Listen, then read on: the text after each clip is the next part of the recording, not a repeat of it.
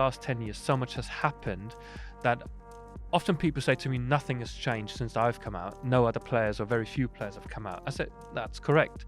But in terms of the fans and the awareness, so much has changed. Clubs really take it seriously now when they talk about diversity and inclusion. And that's down mainly to the fan clubs who have really had a really huge voice. Our guest this week is helpfully nicknamed Der Hammer. Capped 52 times for his country. He had one season with the Hammers. We'll talk about that in due course. But of course, is also, to this day, the most high-profile footballer to ever come out as gay. 10 years ago, Thomas. Welcome to Ironcast. It's Thomas Hitzlsperger. Thank you. I remember 10 years ago when you came out, 2014, I thought, this is the start of a whole new world. You're going to be the first of a long line of high-profile gay footballers to come out. Here we are 10 years on. You're still the most high-profile footballer. How do you explain that? What's happened there? Thanks for asking as well, because it was a special time, in the run-up to it. And as you just said, 10 years later, there's very few players that we know of that come out publicly. There is one player in Serie A, Jakub Jankto, Czech player, plays for Cagliari. But I think he just he came out publicly, but after that, he sort of kept quiet, and that's his decision. That's fine. For me, it was an interesting journey. I felt it was the right time to speak up and to say something publicly. And between then and now, I'm just more engaged, and I just feel like I have a duty to speak up regularly and support people, because I've been helped by a lot of people to get that far. But unfortunately, at the highest level, there aren't many players. Yeah. Did you get much response, much help from inside of football, like the PFA or anything like that? Did they contact you at the time? Well, I have to admit, I never reached out to anybody, before that. I just felt more comfortable talking to my family, my closest friends. They were the ones that really helped me to get that far. Afterwards, I had some lovely messages from people within the football industry. I can't explicitly say who they were because there were so many emails and letters and social media posts and everything. It was great. The response was so positive, but at that point, I didn't need help. That's why I said in the run up to it, I needed support from family and friends, which I got. But afterwards, it was like, okay, I take the praise and everything, and now it's down to me to, follow up on it. Yeah. Well, we'll come back to that at the end of the interview. I wanted to start by asking you about Bayern Munich, which was you're from Munich, right? Did you grow up a Bayern Munich fan? You were there at the academy and got released quite early on, which is how you ended up in England. Yeah. I'd say I was a fan for the time I played there. So 11 years I spent at the academy at Bayern. Wow. Of course, I was a Bayern fan, but I grew up in a family, they're all 1860 Munich supporters. So almost the day I left, I wasn't a fan anymore. I joined Villa, really loved English football, loved Villa. And now, if there is a team in Germany I really like, apart from Stuttgart where I played, it's 1860 Munich and not Bayern. Wow. I was trying to figure out who you would have played with growing up. Dietmar Hamann, I think, might have been around. Philipp Lahm, no? Yeah, Dietmar Hamann is older than me. Philipp Lahm, Bastian Schweinsteiger, they're a bit younger, but I knew them from the academy. Some other players, you probably wouldn't know them. Either they're older or younger. In my age group, there isn't anybody I can think of that played other than Owen Hargreaves. He came over from Canada, joined the academy at Bayern, and then later did came really over well here. out there as well, He didn't did really well, yeah. Really well. Some big names. Yeah. So what was it? I mean, that's a brave decision as a young man to get released by Bayern and go, I'm going to go try and set up in England. That takes a lot of bravery. I didn't get released. The thing was, I went to the Under-17s World Cup in New Zealand at the time, and I didn't have a contract with Bayern. So I've been playing for them just without a contract, came in almost every day because I wanted to. Went to the World Cup to New Zealand, and there I met an agent, and the guy said, look, I can get you a trial in a Premier League club. And I thought, that's interesting, quite prove it to me. So when I went back from New Zealand, he said Villa would take me on a trial for a week. So I left Bayern for a week to train with Villa, and then they said, here's a contract, we want to sign you. And then I had 6 months to think about it and decided to join Villa. Wow. Yeah. I was trying to figure out, you might have been ex-Hammers you would have played with at Villa. David James? Was David James there? David James. Yeah. Character.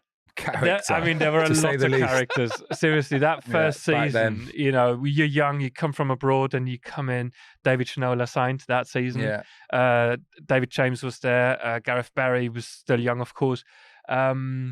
Alpay Osalan, Luke Nilis, Peter Schmeichel signed a year after, Paul Merson. I mean, big so names. many big names, great characters. Gareth Southgate. And when you walk in, you think, this is big I was just about to say that to you. I didn't realise when I went to Villa 2009. No disrespect, I didn't know how big Aston Villa was. Huge club, wasn't it? Indeed, yeah. And there's so much in there in the European Cups on the side. You're like, right, and the training. Well, the ground, first thing they told me was the final against Bayern, Villa at Bayern, because in '82 that meant so much to them.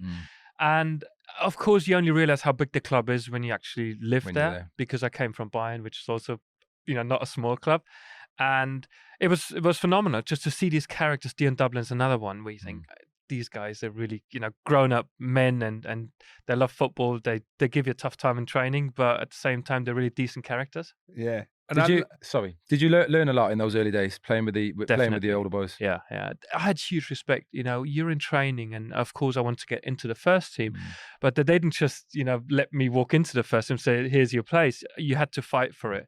And at times to see the difference between training in Germany, whereas like you have conversations with the manager, you sort of argue with him a little bit, and there it's about tackling. It's really hard, tough and training. You have to fight for your place, and I had to mature very quickly, and this was the best thing that could have happened to me. Brilliant.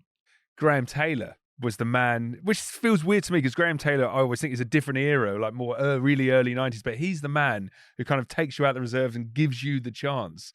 How much do you love Graham Taylor for that? Very much, because you have to go back because John Gregory was the first manager who was in charge when I first came, and he was what I always say, the first real gaffer that I've met. He started watching the game in the stands in the first half, had his phone next to him. When he didn't like stuff, he picked up his phone and talked to his assistant. I remember that. And during the second half, he walked down and everybody was, cheering him on. It was a great scenario to watch. But he always thought I was a good player, but not good enough for him. And Graham Taylor obviously believed in me and threw me in. Brilliant. Eventually, you make your way back to the Bundesliga, to Stuttgart, and there's so many amazing goals you score there. But you know what I'm going to talk about.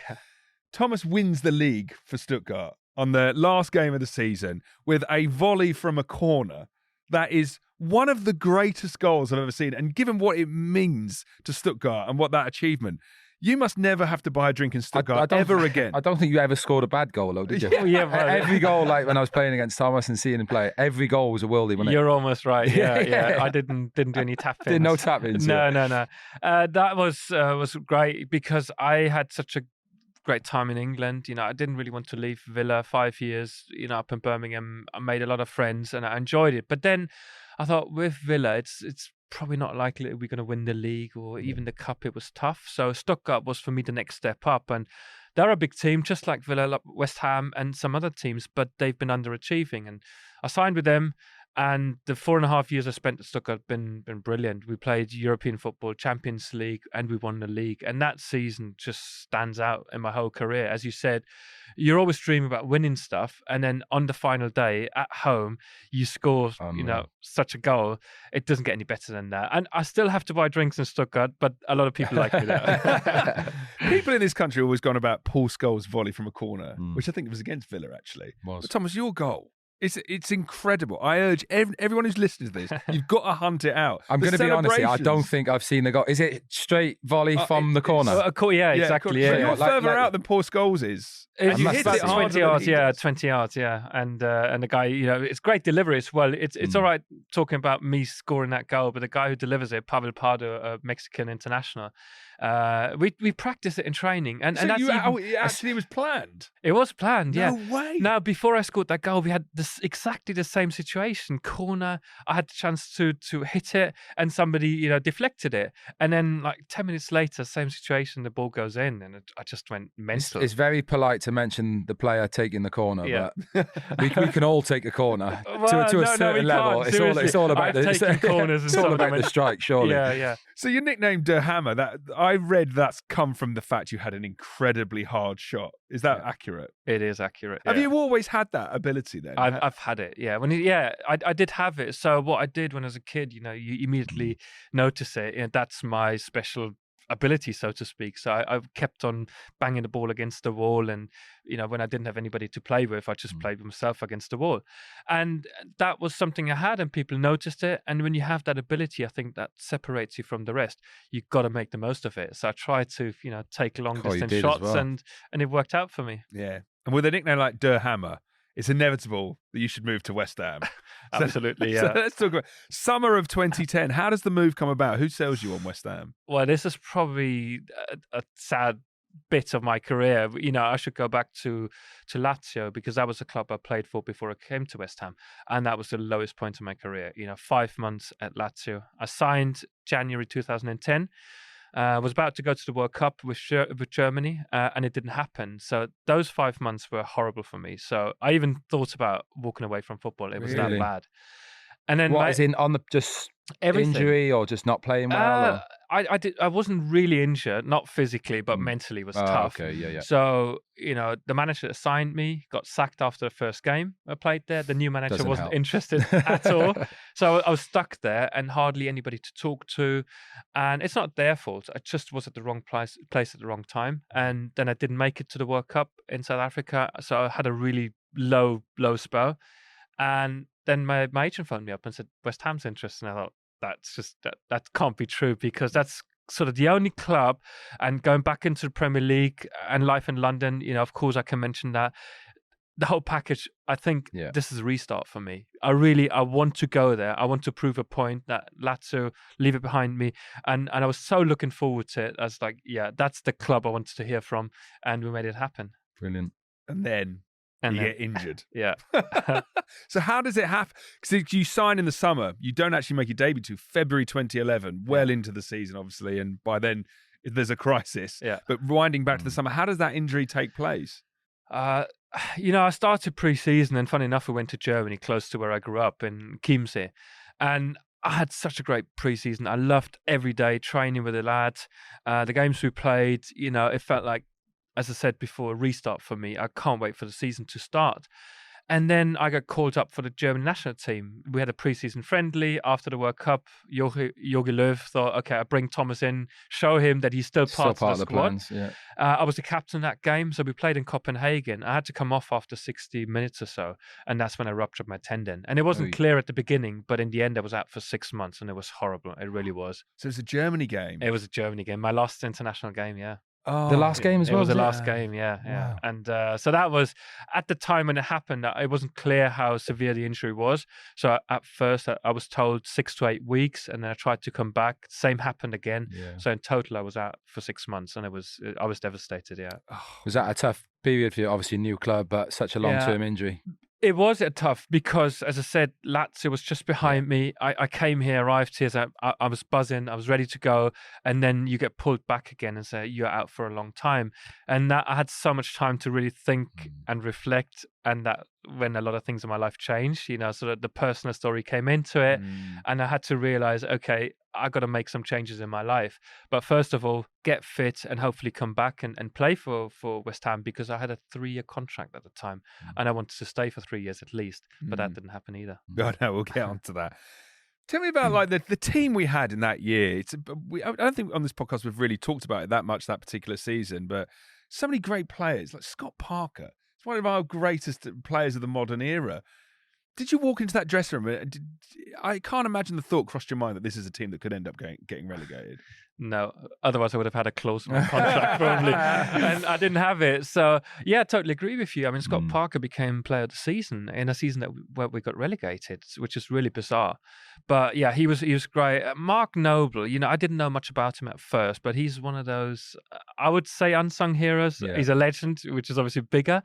But I met people like Mark Noble at other clubs, Leon Osman at Everton, Gareth Barry at first at Villa, and where you think, what a top player. He's there all the time, and every season new players come in, but he always plays. Yeah. So that is a top quality that he has. I think with Nobes and the players you mentioned, I don't think people realise how good Nobes was unless you play with him, play behind him. Certainly me as a centre-back, you don't.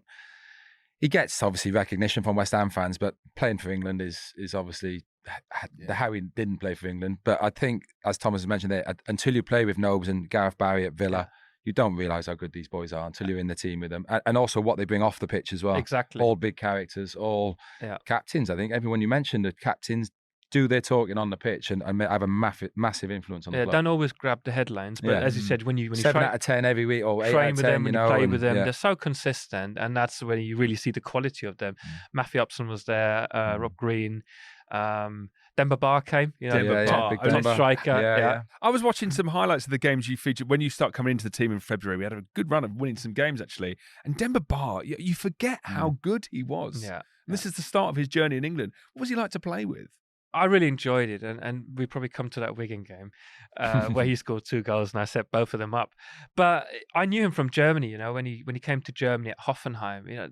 The guy was just a fantastic striker, and then also a really good character, good guy to play with and be around with. And that's why, another player you really appreciate when you train and play with him. How good he was, hardworking, everything about him was brilliant. What do you posit as the reason? Why did that season go They sold so me. bad? They sold me to Aston Villa. They sold me to Aston Villa the year before. It's a tough one. I try to forget about it very quickly. No, seriously, and the fact that you've invited me to this, just like, why do they ask me? Brings it all back. We're trying to figure out what went wrong, Thomas. 11 games. 11 games. I played for the club. I was injured most of the time, and we got relegated. And yet you invite me to this podcast. Like, what is wrong here? And the second one I want to mention is the last game at Upton Park. The club invited all the former players. I was like, that is fantastic, and I went. Yeah. I really, really enjoyed it. But a part of me thinks I can't go. Like I was part of the team that went down with the club. I was so embarrassed that I just didn't want to take on the invitation. So part of me said, don't go, you don't deserve it. And the other parts of it, this could be a memorable experience, which it was. Yeah. And I did go. So thank you very much for For keeping in touch with me. When you came into the team in February, we had a really good run of results. And I think your first goal was against Burnley, I think it was. Yeah. And again, another screamer. And when you look at those results as you come into the team, you're having a massive impact. And I remember thinking at the time, this is it now, because we've had West Ham many a time have pulled results together at the end of the season and got out. It happened loads of times, especially when Ginger was at the back. And Thomas, did you feel like that when you came into the team and had that run? Did you think, well, we're going to stay up now? Yeah, of course I did. I mean, because first of all, I came back from injury and I thought, now's the time for me. I want to play. I loved it. I was in and around the team again. And of course, it was a difficult season, but we were still in contention to stay in the league. So why would you think that we aren't staying in the league? But the longer I played, the longer I was there, I was thinking, this is difficult. Things are not right. We have a lot of good individual players, but we just can't get it together as a team. And that was hugely frustrating because I don't have that one reason where I would say that's why we went down. There's a lot of different reasons, obviously, because we had good enough players. Yeah. You were there that day on one of the blackest days in my experience supporting West Ham, Wigan away. I want to talk about because that game for me encapsulated that season where we'd been at. We were 2-0 up against Wigan, and everyone's thinking, well, here we go. The Great Escape's on. We somehow lose 3-2. You were playing that day, and I remember, I think relegation might have been confirmed directly after that. That game, it was. Yeah. What was the atmosphere like in the dressing room afterwards? It must have been so tough. Yeah. Talk about that game. You didn't mention ice. set the two goals well, up. From corners. You said it's so easy to do corners. So I think I take it. It's not so easy to take a corner, but it's not as hard as the I made the it look finish. easy. Yeah. And as you said, you go into the game, you have to win the game. 2-0 up, and you think it's going our way. And you're up in Wigan. It was raining. I think the entire game it rained heavily, right? And I loved it. I just loved being on that pitch. It was going up and down, and it was going our way. And you noticed the way it's going down for you. You concede, 2-1, and it's an equaliser, and they scored 3-1. What, in extra time, didn't they? Yeah, I think the last kick of the game, like 90 minutes. That. Yeah. And you think, as you said, it just sums up the entire season where you think, why did this happen? We looked like we were going to win it. We had a better team. I'm saying now we had the better team. Probably they would disagree with me, and then you lose it because of lack of concentration, sloppiness, whatever it is. Nerves. And you're in that dressing room thinking, this is absolute disgrace. We shouldn't be here. We shouldn't be in this dressing room being relegated. And we faced the fans, and I'm going to say this later again. Some of them even applauded us for the effort, and you think this is English football for me. In Germany, people would stop us from going back home. Really, it would be that bad. But some of them still applauded us for the effort. But of course, there was some swearing going on. But for me, arriving here, such a big club, and the end of the season, you get relegated. It's like I just can't believe this, and this is just so wrong for the fans. People have been loyal to us. That's why it's not good memories. I'm so sorry. Just pick it up again. Yeah. Well, look, I think if I was going to pick, I'd be interested to hear what your high point of your West Ham time is. For me, it's the game against Stoke. And your goal in particular, that you score the hardest shot, I think even harder than the one you scored for Stuttgart, into the roof of the net. And you actually see the net lift off the floor. Was that the high point for you? Liverpool, probably. Oh, the Liverpool Oh, game. yeah. The home game against Liverpool where we won. Should I say unexpectedly? Well, I think the club's got a good record against Liverpool. But anyway, it was a really good game against Liverpool.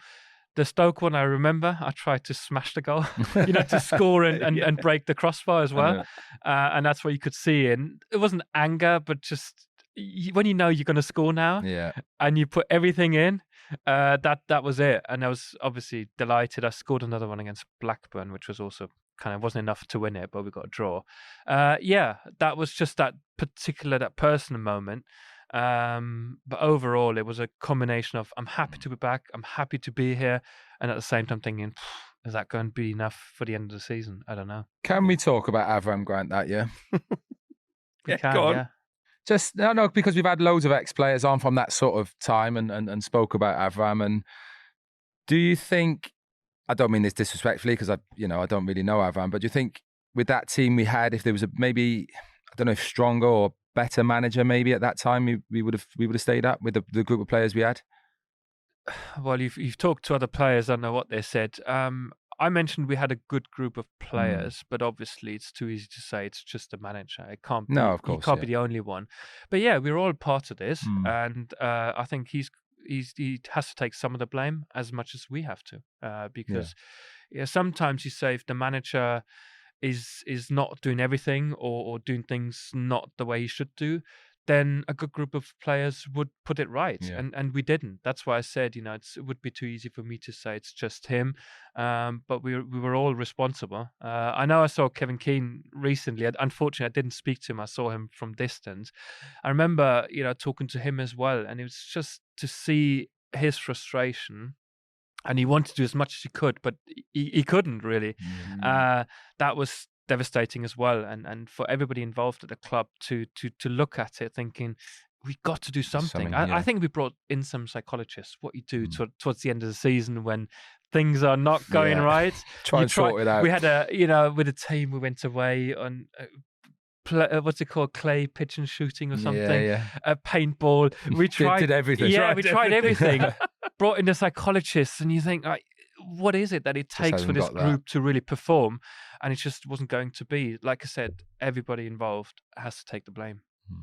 I never really understood why you left at the end of that season. I felt like you would have been the perfect player to kind of help build the team around in the Championship. Why did your West Ham career end that summer?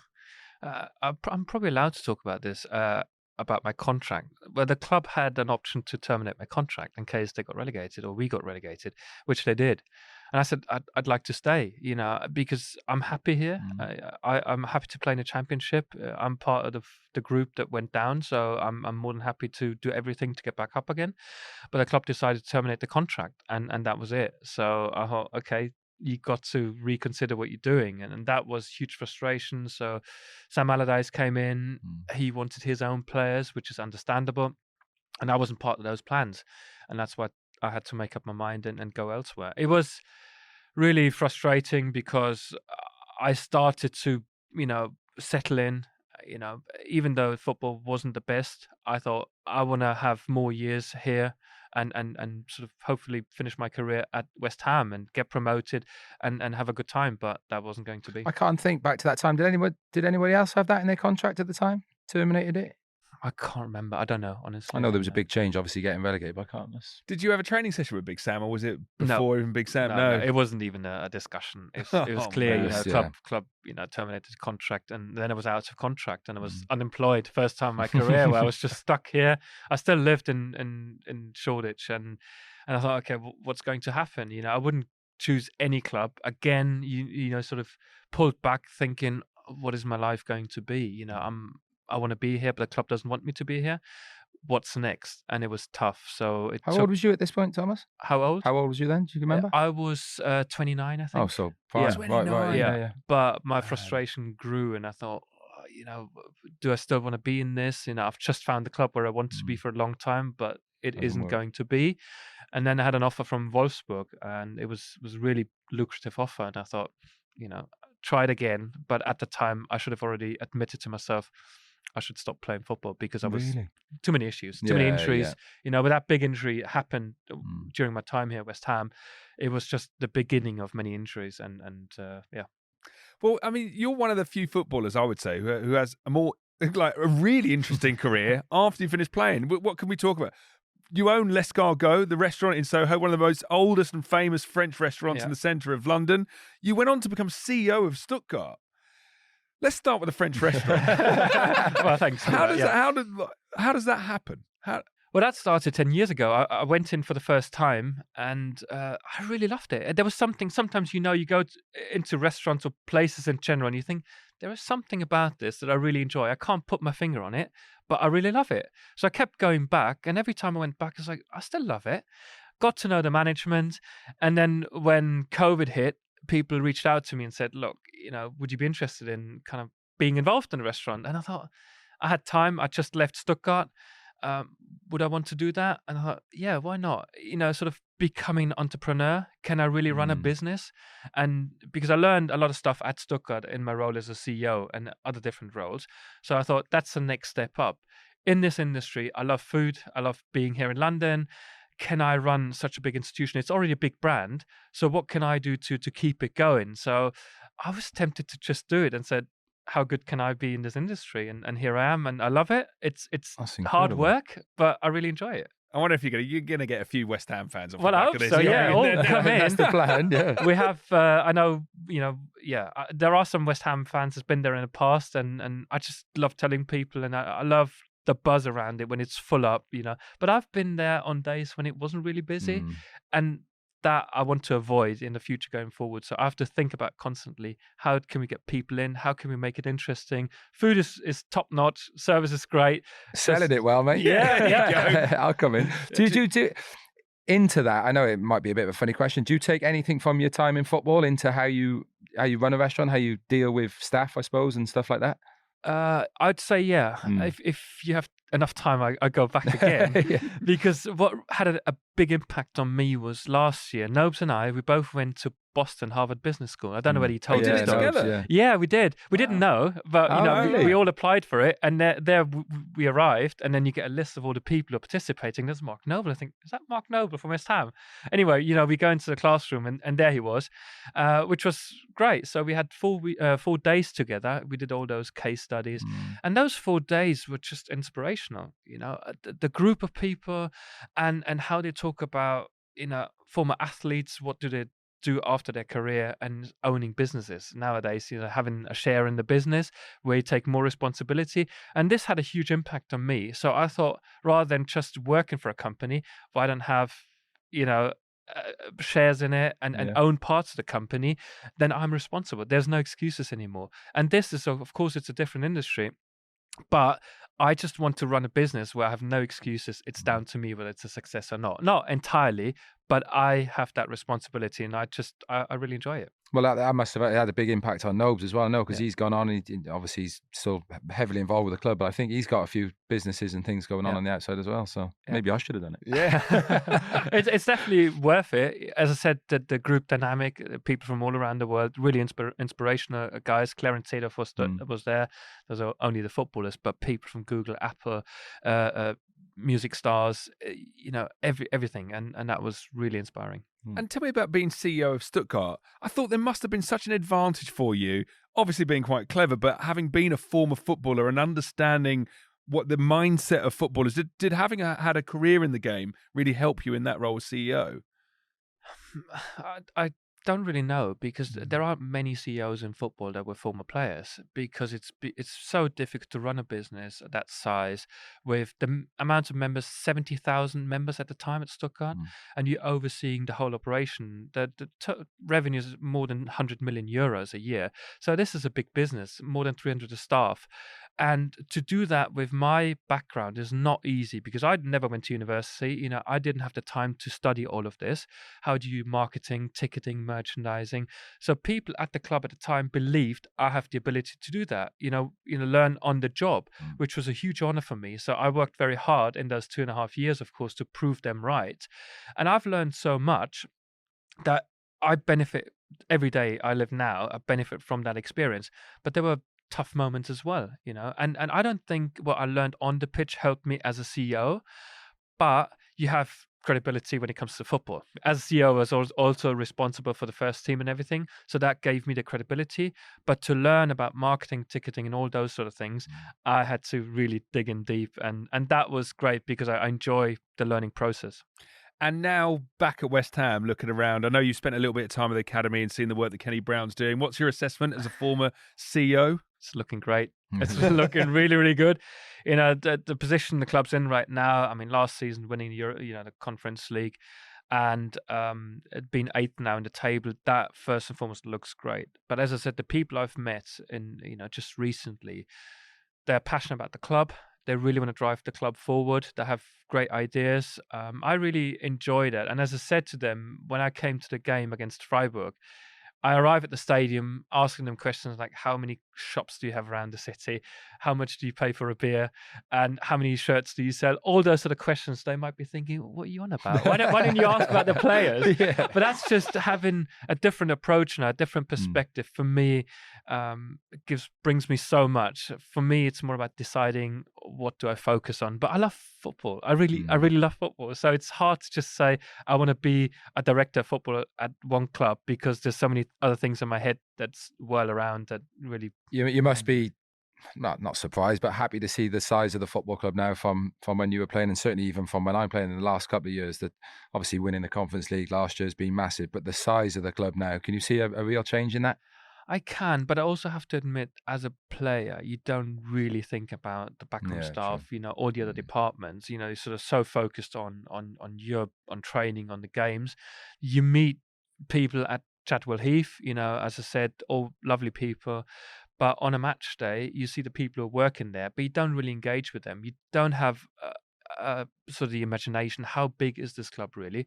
You get the media, you get the fans. Now, when I ask those questions, I get it. Like this club is huge. It's massive. So how can you grow globally the way football has developed in the last 10 years?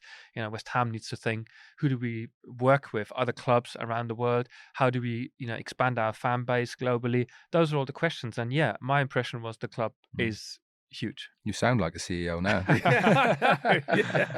I think maybe I'm going to say our most clever guest so far. I'm a little bit intimidated. I just dropped the whole business school, With all due respect to Carlton Cole. I've never mentioned him. Should we talk about him? Yeah. Good guy? Yeah, great guy. I'm sure almost everyone that's played with him or dealt with him, they say exactly the same.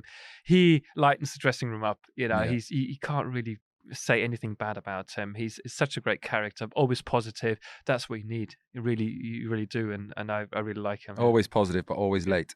That's correct. The latest man in football. Yeah. And I wanted to ask you as well about, so much has changed in the game since you played for West Ham, and specifically around LGBTQ inclusion. If you have a look, there was no rainbow laces when you were playing, and now we've got the West Ham supporters group, the LGBTQ group, Pride of Irons, which are doing fantastic work. And I understand I've been tipped off that maybe you're going to get a little bit involved with Pride of Irons. Well, they've reached out to me. I said, once I've done this podcast, we can definitely talk. Nowadays, I get a lot of requests for podcasts and especially LGBTQ podcasts associated with football. I can't really do all of them. But as I said, that's my commitment now. I'm going to speak to them. And they are one of so many fan clubs in European football or global football that have really helped the community to grow and get more awareness, which I think is phenomenal. As you said, the last 10 years, so much has happened that often people say to me, nothing has changed since I've come out. No other players or very few players have come out. I said, that's correct. But in terms of the fans and the awareness, so much has changed. Clubs really take it seriously now when they talk about diversity and inclusion.